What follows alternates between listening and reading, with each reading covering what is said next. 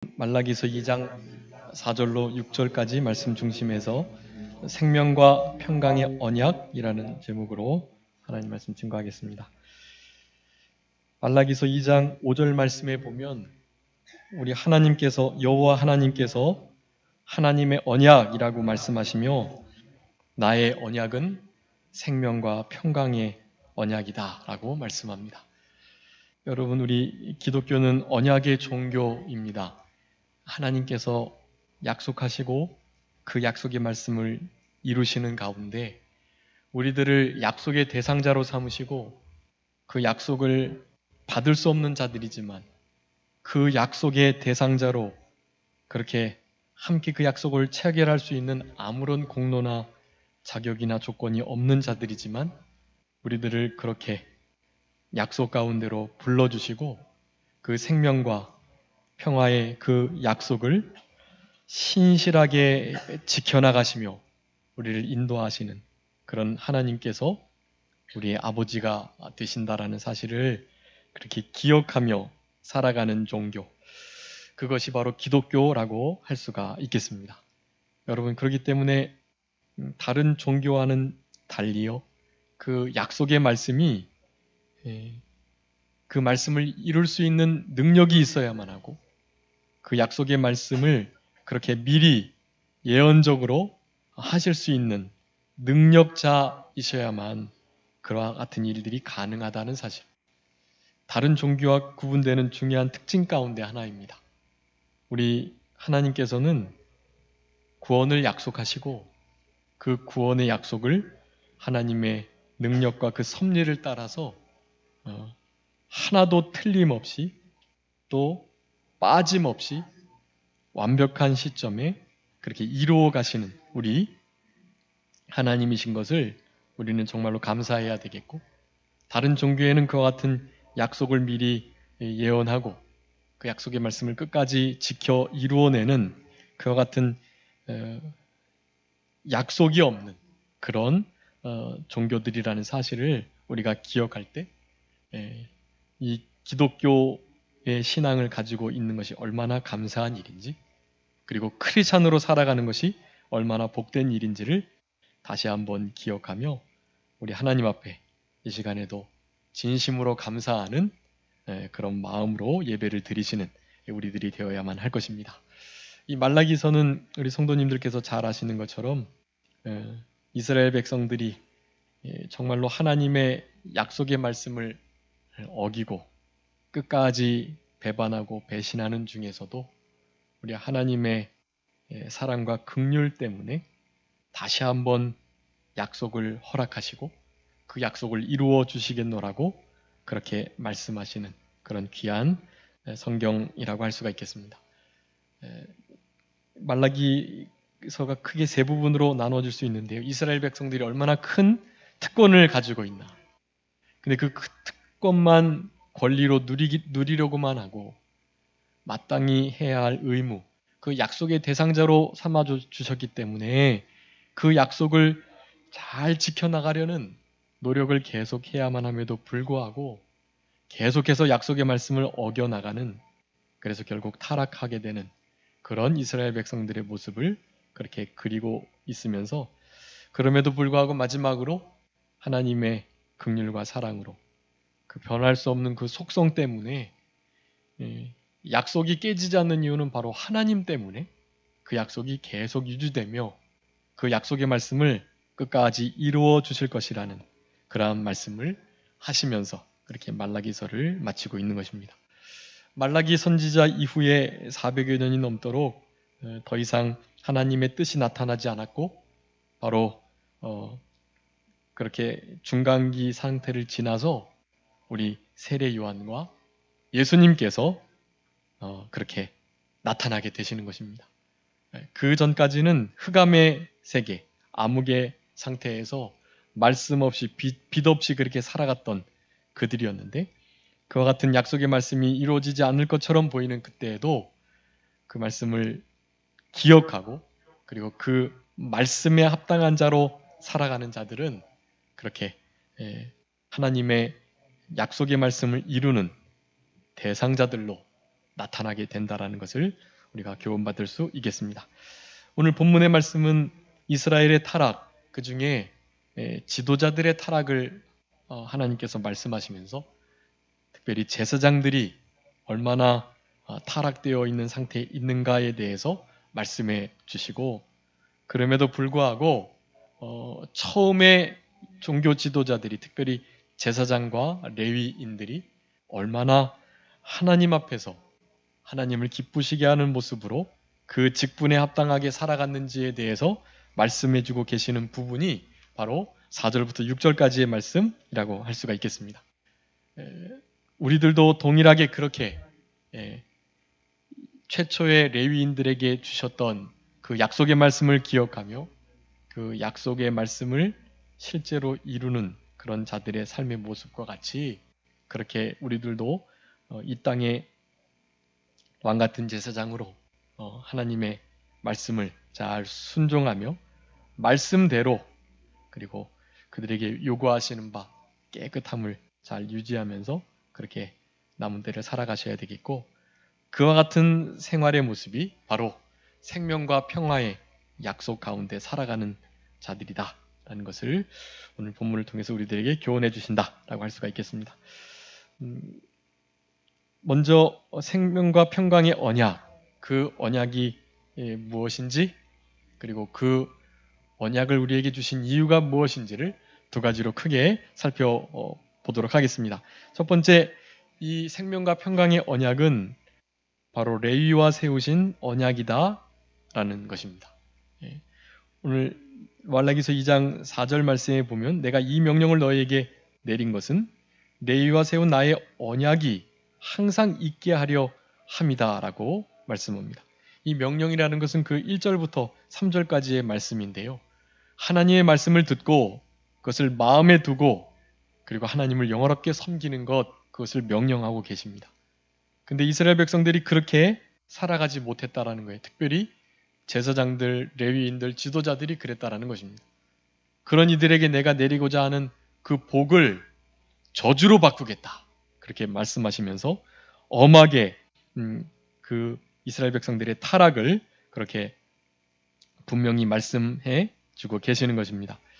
여호와의 말씀을 잘 귀 기울여 듣는 것, 그리고 그 말씀을 마음 심령 가운데 두는 것, 듣고 두는 이 일이 아주 중요하고, 하나님의 말씀을 이렇게 듣는 주일 예배 때에도, 물론 주일 예배뿐만이 아니고요, 성도님들께서 성경을 읽으실 때에도 마찬가지거든요.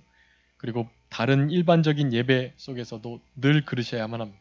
말씀을 들으실 때 어떻게 들으셔야 되겠죠? 하나님께서 주시는 말씀으로, 하나님께서 나에게 직접 주시는 말씀으로 들어야만 합니다.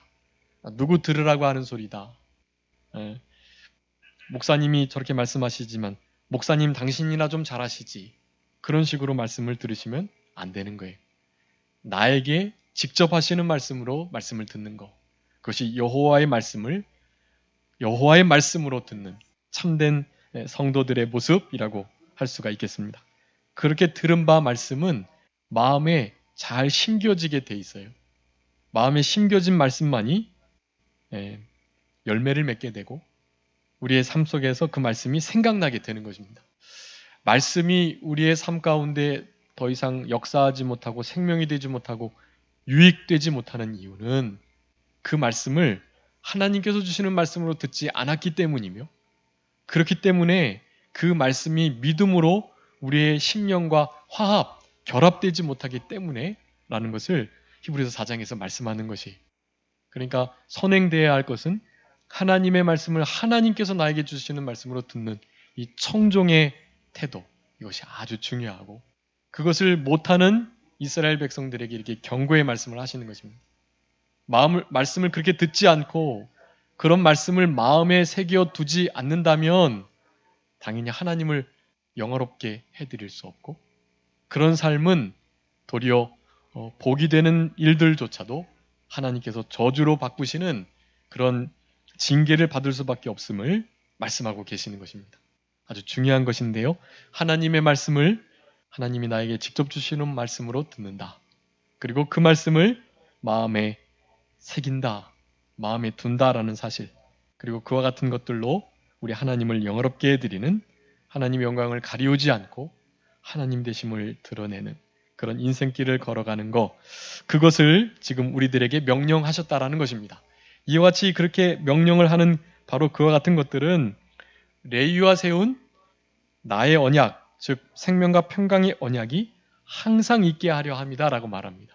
여러분, 이런 명령들을 지켜나가는 자만이 이 생명과 평강의 언약의 너무나 중요한 유익, 그 복을, 그 은혜를 경험하며 살아가게 된다는 사실입니다. 이렇게 명령을 하고 그 명령을 하는 이유를 분명히 밝히고 계시는 거예요. 근데 그 명령을 누구에게 지금 하고 계신다고요? 레위인들에게 하고 계십니다. 레위인들. 레위인들에게, 레위 자손들 가운데 제사장들이 나오게 되어 있는데요. 레위인들, 또 제사장 족속들, 이런 이들은 하나님께서 너무나 막중하신 직임을 맡겨주신 그러한 자들인 것이에요. 여러분, 우리가 보잘것이 없고 나 자신을 생각해 볼 때 아무것도 아닌 것처럼 여겨지지만 그렇지 않습니다. 여러분에게는 하나님께서 맡겨주신 너무나 중차대한 사명이 있어요. 예수님을 믿는 그 순간 그와 같은 사명은 이미 그저 맡겨주고 주어진 것입니다. 빛과 소금의 역할을 감당해야 하는 일, 하나님의 명령을 순종하며 하나님이 진짜 참신이라는 사실과 그분이 살아계시고 그리고 이 온 우주 만물을 창조하신 분이시라는 사실을 여러분들이 드러내고 나타내셔야만 하는 것입니다. 여러분, 그 사명이 우리들에게 주어져 있어요. 특별히 레위 지파에게 하나님께서 이와 같은 생명과 평강의 언약을 주셨던 것처럼 그 약속의 말씀이 먼저 우리 가운데 항상 있어야만, 그래야만 그 사명들을 잘 감당할 수 있을 것이다. 우리 베드로전서 2장 9절 말씀에 보면 우리가 바로 제사장들이라고 말합니다. 우리는 하나님의 택하신 족속, 그분의 나라, 그리고 그분의 특별한 소유가 된다라고 말씀하시면서 우리가 왕 같은 제사장이다, 그렇게 말씀합니다. 신약의 모든 성도님들은 다 왕 같은 제사장들이세요. 그러니까 레위가 세운 이 언약은 레위 지파에게 세운 게 아니라 바로 여러분, 나와 세운 언약이라는 사실을 기억하셔야만 할 것입니다. 그 레위 족속들에게 세운 언약이 무엇인지에 대해서 성경 다른 말씀들은 그렇게 분명하게 나타내고 있지는 않은데요. 그러니까 구약 성경의 여러 이를테면 레위기나 신명기, 민수기 이런 데에 드러난 레위 족속들을 향한 말씀들, 그런 명령들을 살펴볼 때 우리가 어떠한 약속인지를 알 수 있겠고, 그러한 약속들을 딱 한마디로 요약하면 그것이에요. 백성들 앞에 제사를 중재자로 드려야만 하는데 그 일을 잘 감당할 수 있도록 먼저 말씀을 제대로 알아야만 한다라는 것입니다.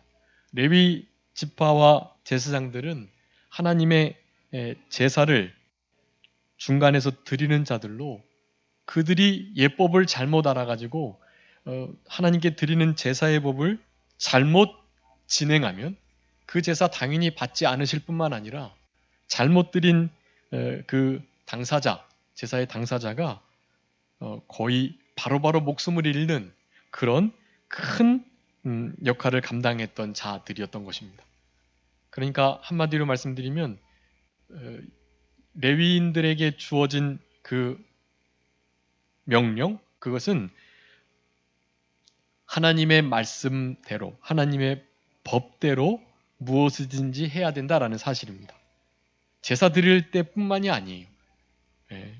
제사를 하나님의 법대로 말씀대로 드려야 하는 것이 아주 중요하고, 더 나아가서 그렇게 말씀과 법대로 아무리 잘 드릴지라도 드리는 자가, 제사장이나 레위 그들이 성결함을 잃어버렸다면 그 제사 또한 하나님이 받지 못하시는 그런 제사가 되어버린다라는 사실입니다. 그러니까 두 가지를 우리 명령하고 계시는 거예요. 먼저 제사장과 레위인들의 거룩함, 바로 성결함, 깨끗하고 거룩함을 유지해야 된다라는 것. 두 번째는 모든 일을 할 때 하나님의 말씀대로 해야 한다라는 것. 이 두 가지가 우리 레위인들에게 요구하시는 바이었습니다. 왕 같은 제사장인 우리들에게도 동일하게 요구하시는 그러한 태도라는 것을 아셔야 되겠고, 그런 자들에게 세우신 언약이다. 여러분이 생명과 평강의 언약 더 자세히 좀 살펴보겠지만 이 언약이 얼마나 복되고 중요한 것이라 우리는 이 언약 가운데 늘 살아가야 되는데, 그 언약이 우리들에게 있지 않은 것처럼, 떠난 것처럼, 없는 자들처럼 그렇게 될 수가 있다는 것입니다. 바로 레위가 가져야 할 두 가지 중요한 태도, 무엇을 하든지 말씀대로, 그리고 성결함. 성결은 거룩함과 깨끗함입니다. 바로 그 성결함, 그것을 잃어버리면 이 생명과 평강의 언약의 큰 특권과 그 은혜와 복 가운데 결코 참여할 수 없다라는 사실을 우리는 알아야만 합니다. 여러분, 이 레위가 가져야 할 이와 같은 중요한 두 가지 태도들을 우리가 이 시대 속에서도 늘 기억하며 지키며 살아가는 우리들이 되어야만 할 것입니다. 레위기 4장 35절 말씀에 보면은요, 그 기름을 화목제 어린 양의 기름을 취한 것 같이 취하여고 단 위에 여호와의 화제물 위에 불사를 것인데, 이같이 제사장이 그의 범한 죄에 대하여 그를 위하여 속죄한즉 그가 사함을 얻겠다라고 말씀합니다. 이스라엘 백성들이 하나님 앞에 그렇게 제사를 드릴 때 그 제사를 하나님의 말씀대로 그리고 성결을 유지하며 제대로 드리면 그가 그렇게 속죄하는 일 가운데 하나님께서는 죄를 없이 하시는 역사를 실제로 내려주신다고 말씀하는 거예요. 너무나 중차대한 역할을 레위 제사장들에게 맡겨주셨다라는 사실입니다. 이와 같은 명령들이 항상 지켜지고, 그래서 여호와의 언약, 그 언약이 항상 있도록, 즉 생명과 평강의 언약의 그 은혜와 복을 누리며 살아갈 수 있도록 그렇게 우리 레위와 세우신 언약이다라는 사실입니다. 두 번째는 그 생명과 평강의 언약이 왜 우리들에게 주어졌는가, 그것을 본문을 통해서 말씀해주고 계시는데요. 먼저 생명과 평강의 언약을 이스라엘 백성들과 특별히 그 지도자들, 레위인과 제사장들이 잃어버리고 있다라는 사실이, 항상 있어야 할 그 언약을 지금 잃어버리고 있다. 그것은 이제 1장에서 전체적으로 말씀해주고 계시는데요. 크게 두 가지입니다. 첫 번째는 하나님을 경외하지 않는 제사를 드렸다라는 거예요. 하나님을 경외하지 않는. 경외라는 것은 두려워하고 그리고 존경하며 사랑하는 태도를 가리키는 것인데, 이스라엘 백성들에게 또한 지도자들에게 그와 같은 경외의 태도가 없었던, 그렇기 때문에 경외함이 없는 제사가 될 수밖에 없죠. 경외함이 없는 제사를 두 가지로 그렇게 표현하고 있는데, 첫 번째는 나를 아버지라고 부르면서 나를 공경하는 것이 없다, 그렇게 말하고 있고요. 그리고 하나님을 주라 부르면서도 하나님을 두려워하지 않는다, 그렇게 말하고 있어요. 여러분 이 시간에 예배 드리실 때 하나님 아버지께 기도도 하셨고 찬송도 드리시고 그러셨는데, 그 하나님을 공경함이 있었는지, 하나님을 정말로 사랑해서 내 무엇이든지를 바꾸고서라도 하나님께 경배하는 일이 가장 소중하다고 여기면서 그렇게 살아왔는지, 여러분 그런 것들을 점검하셔야만 합니다. 그저 하나님을 아버지, 나의 아버지, 아바 아버지라고 부르는 것만 거기서 그치시는 것이 아니고, 그렇게 부르신다면 그 아버지를 공경하는 참된 자녀의 모습을 가져야 한다라는 것이, 최고로 존경하고 사랑하는 그런 태도를 가져야만 합니다. 하나님을 나의 주라고 부르면서도 하나님의 그 약속의 말씀 바깥으로 늘 나가려고 하고, 그 말씀의 권리만 누리려고 하고, 그 의무는 행하지 않으려고 하는 그런 태도들, 하나님이 계시든 안 계시든 관계없이 내 뜻대로 내 마음대로 내 기분대로 살아가려고 하는 태도들이 있지는 않았는지, 여러분 그런 것들을 점검하셔야만 하는 것이, 정말 그분을 주라고 부르셨다면, 주님 나의 주인으로 생각하신다고 한다면 여러분 그분을 두려워해야만 하는 것입니다. 그분을 그러니까 내 뜻에 맞아서 또 내 기분과 내 상태가 괜찮아서 그렇게 기쁨으로 즐거움으로 그렇게 온전하게 해나가는 것이 참 중요하지만, 혹시 그리 아니할 때라도 전혀 그러한 마음이나 때가 아니라 할지라도 하나님의 명령 때문에 그 모든 말씀들을 또한 예배를 내가 지켜야 해야 할 것들을 당연히 해 나가는 우리들이 되어야만 하는 것이에요. 하나님의 징계와 또한 책망이 두려워서라도 하나님 말씀을 순종하는 삶이 그게 복된 삶인 것이에요. 오늘 새벽에도 살펴봤는데 우리 예수님 십자가 지고 가시다가 너무 힘드셔서 이제 더 이상 채찍을 맞으셔도 반응하지 않으시고 일어나지 못하시고 그저 십자가를 더 이상 지고 가지 못하실 그러한 상황이 되셨습니다. 여러분 그때 그 예수님 십자가를 누가 대신 지었죠? 네, 구레네 사람 시몬이 그 예수님의 짐을 십자가를 대신 졌습니다. 여러분 그리스도의 법을 성취한 거예요. 그리스도의 짐을 지라고 그랬으니까. 그리스도의 십자가를 진 유일한 인간 바로 구레네 시몬입니다. 정말 위대한 일을 한 것이에요. 그런데 문제는 자원함으로 기꺼이 그 일을 한 것이 아니고 억지로 그 일을 한 거예요. 하필 왜 내가 그 짐을 십자가를 져야 되나? 옆에 알렉산더도 있고 괜히 구경을 했네 라는 마음을 가지고 사실은 그 예수님의 십자가를 졌던 것입니다. 그런데 성경에서는 그 구레네 사람 시몬이 얼마나 큰 복을 받는지에 대해서 말씀해 주고 계세요. 구레네 사람 시몬의 아들이 있는데 그 아들의 이름은 루포이고 루포의 어머니 즉 구레네 사람 시몬의 아내 그가 얼마나 초대교회 때 훌륭한 하나님의 사람이었는지에 대해서 우리 잠언 16장 로마서 16장에서 우리 사도 바울이 말하고 있는 거예요. 루포와 그의 어머니에게 인사해라. 특별히 그의 어머니는 나의 어머니와 같다라고 말하는 거예요. 초대교회에 아주 훌륭한 우리 예수 그리스도를 믿는 크리스찬의 모습을 가지고 살아갔던 자들이었던 것입니다. 당연히 구레네 사람 시몬이 그와 같은 믿음을 가졌기에 자기의 아내와 자기 아들이 그리 되었던 것이죠. 여러분 억지로라도 예수님의 십자가를 지고 하나님의 말씀을 순종하는 것이 복이다라는 것입니다. 여러분 근데 하물며 자원하는 마음으로 기쁨으로 하나님 말씀을 순종한다면 여러분 얼마나 하나님이 큰 복을 주시겠어요. 여러분 그런 복과 은혜를 누리면서 살아가셨으면 정말로 좋겠습니다.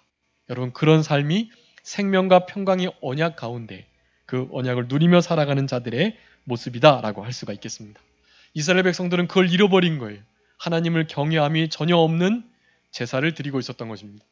경외함이 없다는 것 두 가지입니다. 하나님을 아버지로 부르면서 공경하지 않고 주라 부르면서 두려워하지 않는 것. 그 경외함이 없는 신앙이 또 한 가지를 말하고 있는데 그것은 흠 있는 제사를 드렸다라고 말합니다. 흠 있는 제사는 크게 두 가지 있는데요. 첫 번째는 형식적인 제사인 거예요. 하나님의 제사를 드리는데도 범패스럽게 여기고 이렇게 좀 또 드려야 하나 하는 마음으로 귀찮아하는 마음으로 그렇게 정성이 담기지 않는 하나님의 은혜와 사랑에 감격하는 마음으로 드리지 않는 그런 형식적인 제사, 흠 있는 제사였다라는 사실입니다. 또 하나는 형식적인 제사와 함께 불법적인 제사였는데요. 흠 있는 것 드리면 안 되는데 흠 있는 거, 병든 거, 저는 거 이런 것을 하나님께 드렸던 것이 형식적이고 말씀에 맞지 않는 불법적인 제사, 즉 흠 있는 제사를 드리고 있었던 이스라엘 백성들 그리고 제사장들이었다라는 사실입니다. 여러분 그런 이들에게는 생명과 평강의 언약으로 말미암는 복이 있을 수가 없어요. 그런 모든 것들을 내려놓고 처음에 레위인들이 이렇게 나를 잘 섬겼던 것처럼 그리 섬기라라고 말씀을 하시는 것입니다. 생명과 평강의 언약을 주신 이유는 바로 거기에 있다라는 것을 말씀합니다. 첫 번째는 여호와를 경외하게 하시려고 내가 생명과 평강의 언약을 주었다라고 말씀하는 것이죠. 경외는 말씀드렸던 것처럼 두렵고 떨리는 마음, 사랑하고 존경하는 마음이라고 할 수가 있겠습니다. 생명과 이 평강 이것을 주신 것을 너무나 귀하게 여기고 감사하면서 그분을 그렇게 경외해야만 합니다. 여기 특별히 생명과 평강의 언약 이것은 우리 예수님께서 예수 그리스도의 피로 우리에게 허락해 주실 바로 그 부활의 영원한 새 생명 그리고 하나님과 원수되었던 자리에서 화목해 되고 화평케 되는 바로 그 평강을 가리킵니다. 그러니까 다 예수 그리스도의 보혈로 말미암는 생명과 평강이라고 할 수가 있겠습니다. 그런 것을 우리가 약속하셨던 하나님 여호와를 기뻐하며 그 약속 말씀에 늘 참여될 수 있도록 그렇게 믿음으로 살아가야만 하는데, 그 믿음 다른 것이 아니고 여호와를 경외하는 믿음이다라고 할 수가 있겠습니다. 두 번째는 그 입에 진리의 법이 있고 불의를 없도록 하게 하시기 위한 그런 언약인 것입니다. 생명과 평강의 언약이 우리로 하여금 불의를 버리고 진리를 입에 두는 그런 삶을 살아가게 하는 것이고, 그런 삶을 살아갈 때 또한 생명과 평강의 언약과 언약의 그 특권과 은혜가 우리들에게 주어진다라는 것입니다. 여러분, 우리의 입술에 진리가 있다면 진리는 거짓이 없다라는 의미이고 의롭지 못한 것이 없다라는 뜻으로 불의 없게라는 말씀을 하는 것입니다. 그러니까 늘 의롭게, 늘 진실되게 그런 의미예요. 우리의 삶 가운데 우리의 입술 속에서 의와 또한 진실을 추구하며 살아가고 있는지를 점검해 보셔야만 합니다. 내 유익과 나의 형편을 따라서 거짓말을 하고 또 진리가 드러나야 할 때 그 진리에 대하여 침묵하고 있다면 여러분, 그것은 결코 생명과 평강의 언약 가운데 살아가는 그 약속 말씀으로 생명 삼고 살아가는 자들의 생활 태도가 아니라는 것을 아셔야만 합니다. 이 시대는 거짓이 난무하는 시대예요. 진짜가 거짓 같고 정말로 거짓이 진짜 같은 그런 시대 속에서 살아갑니다. 그런데 우리의 입술 속에 항상 진실과 의로움이, 그렇게 참된 진리가 있다면 여러분, 그 진리는 우리를 기쁘게 하고 또 우리를 즐겁게 하며 또 우리들에게 참된 감사를 주는 것이, 그러니까 진리가 이 입술에 있다라는 것은 감사와 그리고 찬송, 그와 같은 것이 함께 있다라는 것을 말하는 것입니다. 감사하는 말, 그리고 다른 사람들을 높이는 말, 세우는 말, 하나님의 뜻을 이루어 드리는 말, 즉 은혜를 머금은 입술이 되어야 할 것, 그것을 말하는 것이고, 그런 일들이 있기 위해서 생명과 평강의 언약을 주셨다라고 말씀하는 것입니다. 세 번째로는 화평과 정직한 중에서 여호와와 동행하게 하신다라고 말씀합니다. 여기 화평케 하는 일, 또 정직함, 아까 진리와 정직 같은 단어인데요. 그렇게 정직한 중에 여호와를 동행할 수 있게 된다. 하나님을 떠나서 산다라는 것은 다른 것이 아니고요. 이와 같이 정직하지 아니하고 그저 불목하고 반목하는 일이 있다는 것, 그것이 여호와와 동행하지 않는다는 결정적인 증거라는 사실입니다. 예수 그리스도의 피로 우리를 하나님과 원수되었던 사이에서 화목해 우리 주님께서 하셨고, 그렇기 때문에 우리에게 그 화목하게 하는 직책을 맡겨주셨습니다.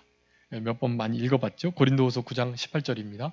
우리에게 화목해 하는 직책을 주셨다. 마태복음 5장 9절에서도 말씀합니다. 제자들에게 화평케 하는 자는 복이 있나니 어떻다고요? 하나님의 아들이라 일컬음을 받겠다라고 말씀합니다. 여러분, 우리가 하나님의 자녀로 살아가는데요, 그냥 법정상 자녀가 되어서는 안 돼요. 화목케 하고 화평케 하는 일, 평강이 임하도록 하는 그 일에 힘쓰는 자들이 진짜 하나님의 자녀들이다라는 사실입니다. 그렇게 살아가셔야 하는 거예요.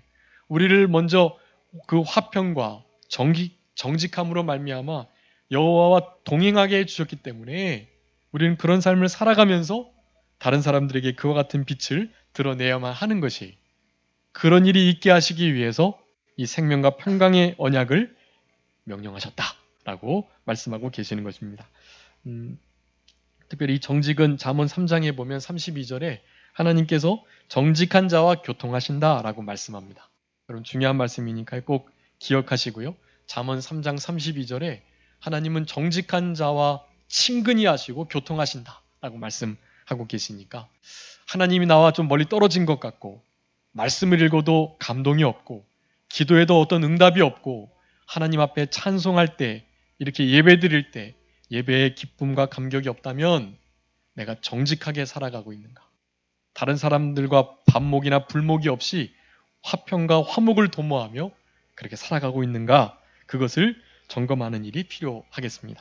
마지막으로 많은 사람들을 돌이켜서 죄악에서 떠나게 하는 그와 같은 일들을 하게 하시고자 생명과 평강의 언약을 주셨다라고 말씀하면서 그와 같은 명령, 그와 같은 약속의 말씀을 주신 이유를 설명해 주고 계십니다.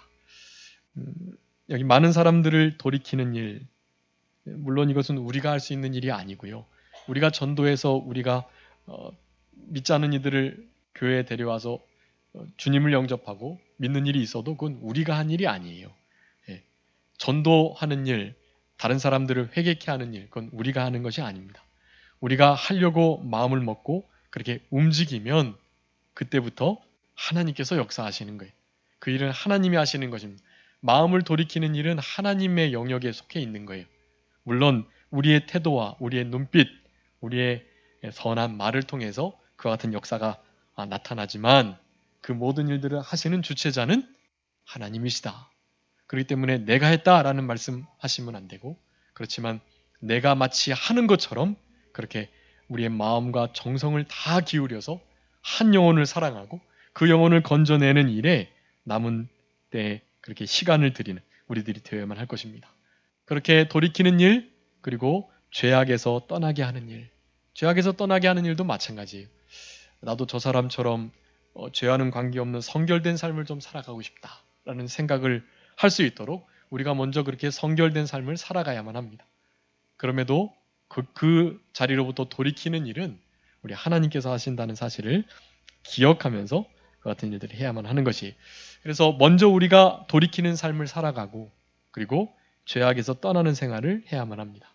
아까 레위인들에게 필요한 두 가지 덕목, 성결함과 말씀대로의 신앙생활이라고 말씀드렸는데, 그 성결함이 그래서 아주 중요하고 이 거룩을 세워나갈 수 없는 타락하고 그리고 패역한, 어그러지고 음란한 이 악한 세대, 이 세대를 우리가 살아가는데, 여러분 이 세대 속에서 우리가 하나님께로 늘 돌이키는 일, 회개하면서 우리가 먼저 죄악에서 떠나는 일, 이 일이 참 중요하다. 지난 주간에 그 중고청 연합 수련회를 가졌었는데요. 그때 이지연 약사라는 그 강사가 오셨어요. 알고 봤더니 참 유명한 분이고 또 우리나라 이번에 근자에 있는 여러 가지 일들 가운데 아주 중요한 일들을 많이 하셨더라고요. 2018년도에 우리 어린 학생들 교과서에 이제 성표준화 교육이 실려야 했었는데 바로 그분이 막아내셨더라고요. 양성평등은 맞는데요. 성평등은 틀리다고 제가 예전에 말씀드렸죠. 성평등이라는 것은 사실은 성을 없앤다 그런 뜻이에요. 하나님이 만드신 남과 여, 그 창조의 원리를 거스르겠다는 의미거든요. 그런 원리를 교과서에 탑재하겠다는 이야기였어요. 그 성표준화 교육. 근데 그것을 그분이 막으셨더라고요. 성평등과 또 동성애 옹호자들 다섯 명, 그리고 자기 혼자 그 동성애 반대하는 사람 한 사람, 동성애의 모든 폐해들을, 모든 정확한 데이터를 들고 정확하게 발표를 해가지고 동성애를 옹호하는 자들의 모든 입을 다 막은 것입니다. 지난해에도 그랬고 이번 해에도 그랬고 그분이 두 번이나 그것을 막았어요. 이제 내년에 교과서 실리는 일을 위해서 올해에도 아마 그 표준화에 대한 청문회가 있다고 합니다. 근데 그때 믿는 이들이 아무도 참가하지 않았다고 그래요. 정말로 소수의 사람, 이전 그 강사와 같은 자들. 우리는 그런 일에 좀 마음을 갖고 지금 덴마크나 캐나다나 다른 그런 성평 표준화 교육을 받아들였던 이들은 아빠 엄마가 굳이 남자 여자 할 필요는 없다. 남자가 아빠 엄마도 할 수 있고 엄마가 아빠 엄마 역할을 할 수 있다라는 식의 교육을 받으면서 그것이 아니라고 이런 성경적 교육을 하면 그런 부모는 잡혀가요. 벌금을 물거나. 정말로 큰 일입니다. 그런 일을 그분이 막으셨는데 그분이 그런 말을 하더라고요. 그런 일을 막기 위해서는 지금 자라나는 세대가 지금 이제 이 기존 세대는 희망이 없고 이 세대는 벌써 다 타락하고 자기중심적인 삶을 살아가고 이제 자라나는 세대들이 지금 맡은 바 공부 열심히 하고 자기 은사를 사용해서 연예인 또 축구 선수, 스포츠 운동가 여러 가지 자기 영역에서 뛰어난 성적을 거둬서 뛰어나게 되어서 그 모든 비진리적인 요소들을 막아달라. 특별히 대통령도 나오고 장차관이 되어서 지금 질병관리본부 또 각종 모든 무슨 여성 과학부나 또 이런 모든 분야의 장들이 되어서 그런 성경을 거스리는 그런 진리들이 들어오지 않도록 좀 재발이지 막아달라 하소연을 하시더라고요.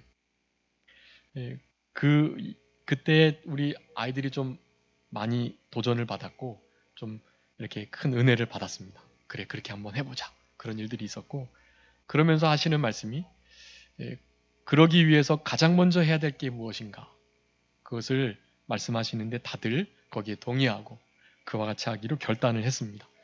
무엇이냐면 그것은 바로 핸드폰 그리고 자기 개인적인 노트북 앞에서의 자기의 신앙을 증거하는 일이라는 거예요. 노트북과 핸드폰으로 이 악하고 음란한 세대가 하는 모든 행위들을 따라한다면 희망이 없다라는 것입니다. 게임을 하거나 음란한 것을 보거나 또 드라마를 보거나 드라마를 다 핸드폰 노트북으로 찾아서 보는 그것이 영적으로 괜찮나? 전혀 괜찮지 않다고 말을 하더라고요. 그것은 자기의 하나님으로 채워져야 할 그 어떤 부분을 하나님이 아닌 다른 것으로 채우기 위한 아주 아픈 상태, 타락한 상태라고 말하는 거예요. 그분이 약사이기 때문에 정신의학도 전공하셔가지고 분명하게 말씀하시더라고요. 그것은 분명한 신앙의 타락이다. 여러분 우리가 핸드폰과 노트북을 어떻게 이용하느냐 여러분 그것이 우리 신앙의 실체라는 것을 기억하시고 그런 부분들에 대해서 하나님 앞에 부끄러움이 없도록 나 혼자 있을 때 역시 마찬가지로 죄악에서 떠나는 많은 사람들을 그래서 돌이키는 이와 같은 역사들을 우리들이 먼저 이루고 그리고 그와 같은 모습들을 보고 다른 사람들도 그와 같은 성결된 삶 가운데 참여하고 싶도록 그렇게 남은 때를 살아가는 우리들이 되어야만 할 것입니다. 여러분 생명과 평강의 언약은 우리들에게 그러한 의미가 있습니다. 생명과 평강의 언약 가운데 한 주간 힘써 참여하시는 그런 복된 인생길을 걸어가시는 우리 모두가 되어야 되겠습니다. 자, 기도하겠습니다. 살아계신 아버지 하나님 감사합니다. 우리들에게 생명과 평강의 언약을 값없이 맺어주신 은혜를 감사합니다.